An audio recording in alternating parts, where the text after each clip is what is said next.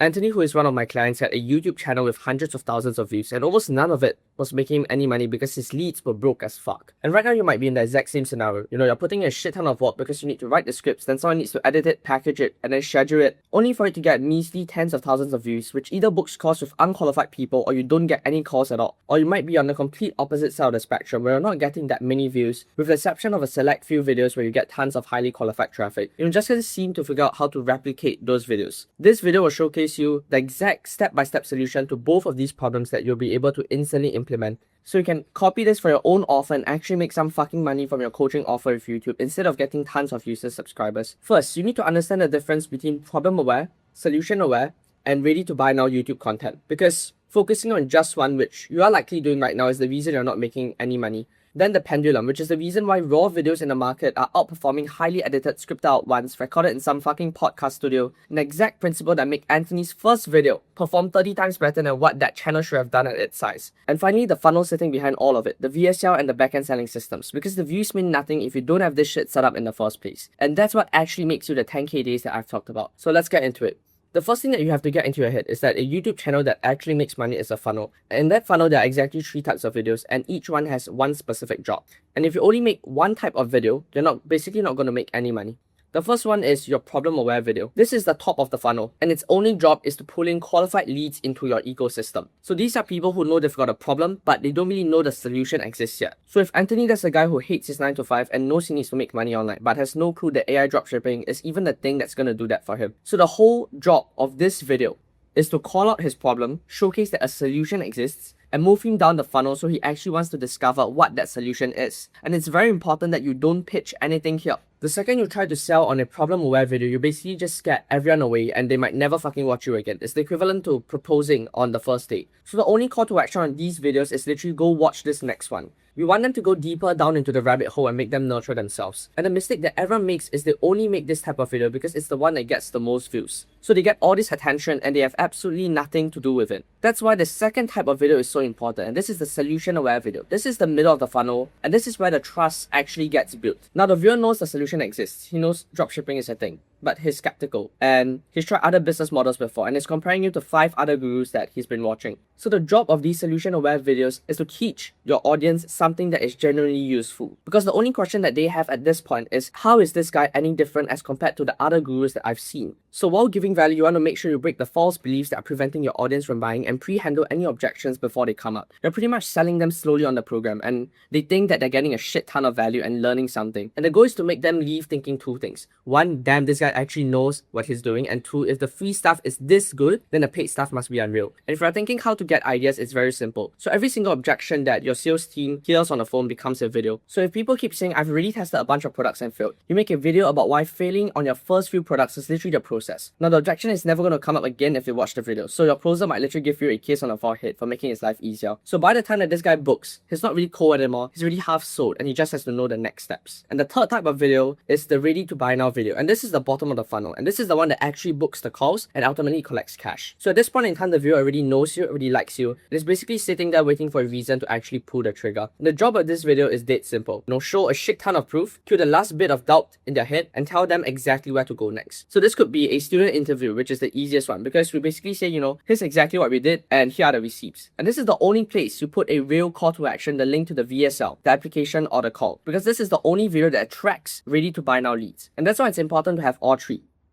The problem-aware video gets new leads into the ecosystem, the solution-aware video builds the trust and handles every objection, and the ready-to-buy-now video shows the proof and sends the prospect to the call. So a guy can walk in completely cold, start binging up videos, and come out the other side already convinced before he ever talks to a single sales rep on your team. And that's basically the difference between a channel that has 3k subscribers and is making 100k a month versus a channel that has 100k subscribers by just making 3k a month. But everyone just teaches you these 3 video types and just leaves you to figure out what to actually record. And it's the biggest bottleneck for most coaches when they try to create content. You're going to sit down, maybe grab a notepad and think what video would resonate best with the audience. And the keyword here is think, because we don't try to pull a video out of our ass because that's dumb and that doesn't get us good results. Every video that goes on Anthony's channel is reverse engineered from a video that was already an outlier on someone else's channel. So we use a tool called 1 of 10, and the way it works is that you go to any channel and it sorts every video by how well each video has done compared to the rest, and it's represented by a score. So 10 times means the video got 10 times more views than the channel normally gets, and this data tells you that the topic, angle, and packaging is a winner. And we don't need research Anthony's niche, which is very important if you're in an untapped niche. So we look at 3 different circles. The inner circle is the AI dropshipping and ecom guys. The middle circle is the general make money online and the coaching scaling channels. And honestly, that's where you can steal the best ideas, because chances are no one in your niche has executed on those exact ideas. And if you're the first one in the market, you get the biggest reward. And then there's the outer circle, and we only look at it when we need a fresh angle that nobody in the niche has used yet. Then we validate every idea based upon whether we're actually able to create something like this on Anthony's channel using his stores or student stories. Because there's a lot of videos that blew up only due to someone's unique story, or just because the guy has a huge personal brand and people watch him, no matter what. So by the time we sit down to write the actual video, we pretty much know that it's going to perform pretty fucking well. So when I told you about breaking objections in solution-aware videos, I want to showcase you how we actually do this and how we make sure that the objections are even valid in the first place. So Anthony's sales team is on calls all day, right? And every single time a prospect says something like, I'm not sure this works for someone like me, or I've tried dropshipping before and lost money, or I just don't have time for this, we put it in a spreadsheet. And the next time we create a script, we look at it and think how we can handle it in the actual video. Because this was just one prospect that said it out loud on a call, but there's probably a few hundred people watching this video right now, and this exact objection might make them not book at all. So basically the objections are your best content ideas. And I'll show you how to actually handle it inside a video. So when a prospect tells you they already failed at dropshipping before, you agree with them, and then you reframe it. So you basically tell them that it was never your fault, and there's just a specific piece of knowledge that they're missing that caused them to fail. That's the same reason the origin story angle works so well, because people will connect with a story that they resonate with way harder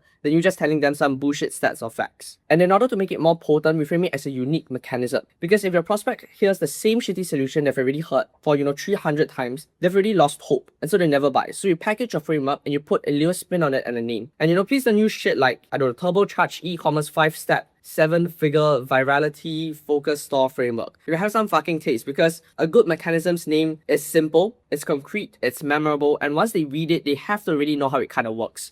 So if you want to study someone, you can go study Iman, because he's literally like the goat at that. His programs might be shit, but he's sure great at marketing. So for years, he's been teaching the same business models, just putting unique mechanisms on them and then just selling them as something new. For instance, SMMA, right? It's literally just running a fucking agency which has been around for like hundreds of years. But he just renamed it and make millions of dollars of it. Now you can go build this entire thing yourself, because I just handed you the step-by-step blueprint. But if you're an offer owner already doing 30 to 50k a month, the truth is that you don't have 6 months, to sit there reverse engineering YouTube funnels while you're losing money right fucking now. And don't even get me started on the back end, the VSR, the application flow, the tracking, and tying everything together so it actually works. So if you want to see what a system like this would actually do for your specific offer, and whether I can even help you build it, there's a link to book a call with me directly, first link in the description. Obviously, you don't need to buy anything from me, and in the worst case, you walk away with a clear roadmap for how to apply this in your niche, because it changes a little bit depending on your audience and your offer. And now that we got it out of the way, I want you to understand this concept called the pendulum, which is the reason the raw channel exploded the way it did. So the market always swings from one extreme to the other, and it pretty much never sits in the middle. For years, the thing that won on YouTube was over-engineered production. So heavy edits, jump cuts every 2 seconds, crazy graphics, drone shots, full fucking Mr. Beast type of videos that show kids how to make 10k a month. And it worked because back then it was actually rare, so it stood out. And everyone saw that, everyone copied it. Every coach hired the same editors, used the same hooks, the same editing style, the same captions, the same B-roll of a Lamborghini. And now every single video in your niche just looks identical. They almost look like ads. And if you know anything about psychology, it's that you know that people never fucking watch ads for fun. So the pendulum swings the other way. And right now the thing that's winning is the complete opposite. It's just raw videos with as little editing as possible. Right now it's just a guy sat down, talking to a camera or screen recording his actual story and showing every step.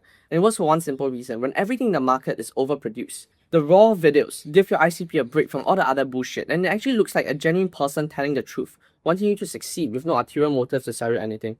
So you applied the exact principle to Anthony's channel. His main channel was the polished one where we still post here and there, even though it doesn't bring as good of results. But for the raw channel, we basically got rid of everything like this. There were no fancy edits or any shit like this. And the only production in place was doing a little bit of cutting. And his very first video on that channel did a 30 times outlier. And the title was basically how I made 661.162.37 with AI dropshipping.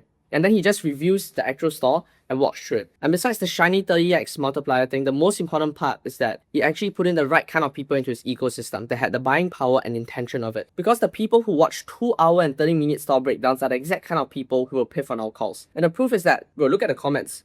right? If you go read them, it's not the usual nice video, bro, but people saying, I've never seen this shit before, go drop the free sauce, bro, we need more people like you. So this is how you get people to trust you enough to pay you in full, like 6K to 8K for your mentorship. So this single raw video did more for its actual business than the hundreds of the polished ones combined.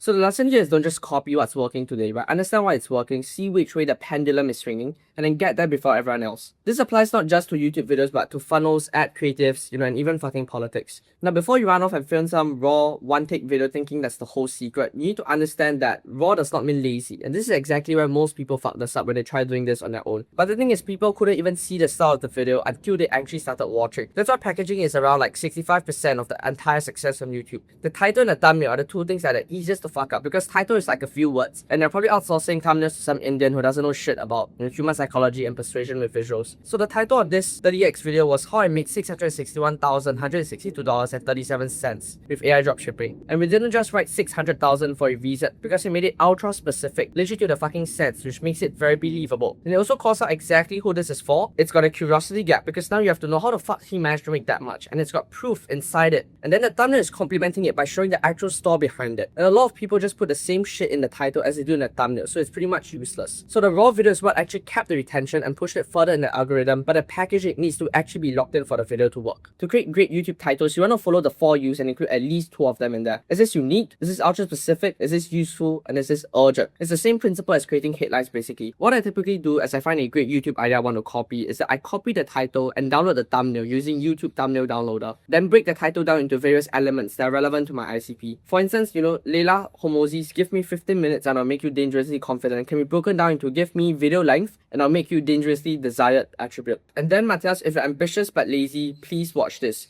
can be broken down into If You're Positive attribute but relatable negative attribute, watch this. So that's basically how we can steal titles as well. So now we've got the 3 video types, and now you understand why raw channel is literally the move right now. It's source, bro. But there's one last piece, and without it, none of it basically matters. And that's the funnel that's sitting underneath the videos. Because this is where most people completely fuck this up. When they finally make a good video, it gets attention, people are warmed up and ready. And then the only thing in the description is a link to follow them on Instagram. So on the problem-aware videos, the only link should be the next video, because that guy isn't ready to buy anything else yet. But on the solution-aware and ready-to-buy now videos, where the viewer is actually warm, the link should send them to a VSL. And because you've done most of the work with your content, your VSL doesn't need to be 10 to 20 minutes long.